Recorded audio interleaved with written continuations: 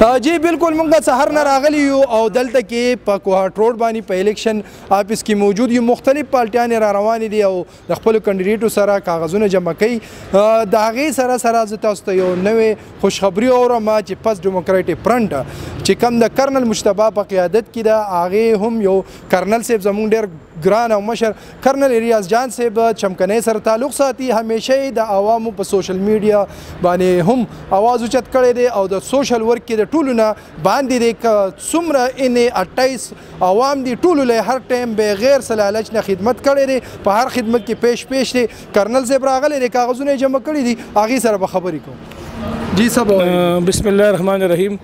ټول خړومبې د الله تعالی لاک شکر دی چې زموږ د کاغذات نامزدګي جمع شول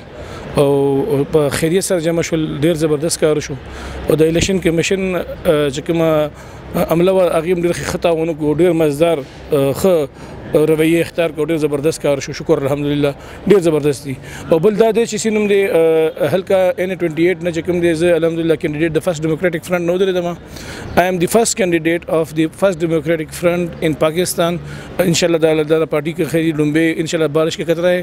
اور یہ جو انشاءاللہ تعالی ہماری پارٹی ہے انشاءاللہ تعالی مستقبل کی پارٹی ہے فیوچر کی پارٹی ہے اور انشاءاللہ تعالی ان بچ کم دے مخکې نور هم انشاءاللہ پدې کې کار او ډیولپمنٹ کو انشاءاللہ کم ټیم کې تاسو ان سرویس وینو هغه ټیم کې هم تاسو په محاذ باندې په هر مورچه باندې خکر کړدګي کړی دی چې کم تاسو ته ایوارډونه میلا شوي دي ګولډ میډل هم میلا شوي دي وسراله عوامي خدمات لا او تاسو بغیر لالچ نه د N28 خدمت هم کړی دی څه میسج به ورکوي الحمدلله په N28 کې چې کوم دی په مخ کې چې کوم دی په زه هم په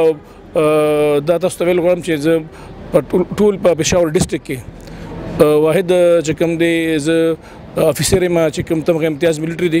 او په کې واحد افسر یم چې چاته مربز مکم فوج چې کوم دی ایوارډ کړی ده دا په دې باندې شوی ده چې سینوم دی زه الحمدلله دغه زما پرفارمنس باندې مخکې په فوجي فرنټ باندې جنګېدو او په مورچه باندې جنګېدو ډېر ښه پرفارمنس مو کوو په هغې باندې موږ ته تمغه امتیاز ملټري ملو شوه ځمکه ملو شوه اوس به انشاءالله د عوامو په خدمت لپاره جنګېږو په سیاسي باندې به جنګېږو انشاءالله تعالی په دې کې به انشاءالله الله تعالی موږ کامیابوي زما الله تعالی نه پوره امید دی انشاءالله تعالی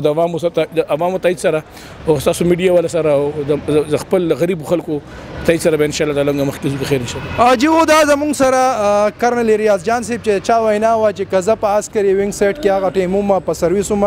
نو ما ته هم تمغه امتیاز میلاو شوی وه ولې چې د الله په فضل سره ستاسو دعاګانو سره ښه کارکردګي وه په هغه سلسله کې زه اوس راغلی یم عوامي حلقې ته رالم خپلې حلقې ته رالم کورنۍ حلقې ته رالم او د چمکني ما مخکې هم خدمت کړی دی اوس هم کوم او وایي زما تربیت شوی دی چې خدمت په کوم طریقه کوي که تاسو ګورئ او کله سیلاب راشي زلزلې راشي غټ افتونه راشي په پاکستان کې نو هغې له صرف واحد یو فورس راځي پاک فورس راځي او چې د هغې بهترین طریقې سره د هغوی تربیت شوي چې څنګه په خدمت کې هغه فورس نن راغلی دی عوامي حلقې ته او تاسو ته راوتی دی تاسو به ګنټي نشان یاد ساتئ کرنل ریاض جان به یاد ساتئ او انشاءالله تاسو سره به یو مال اجازت راکوئ شاهد زمان یوسفزی چمکني ټي وي د الله په امان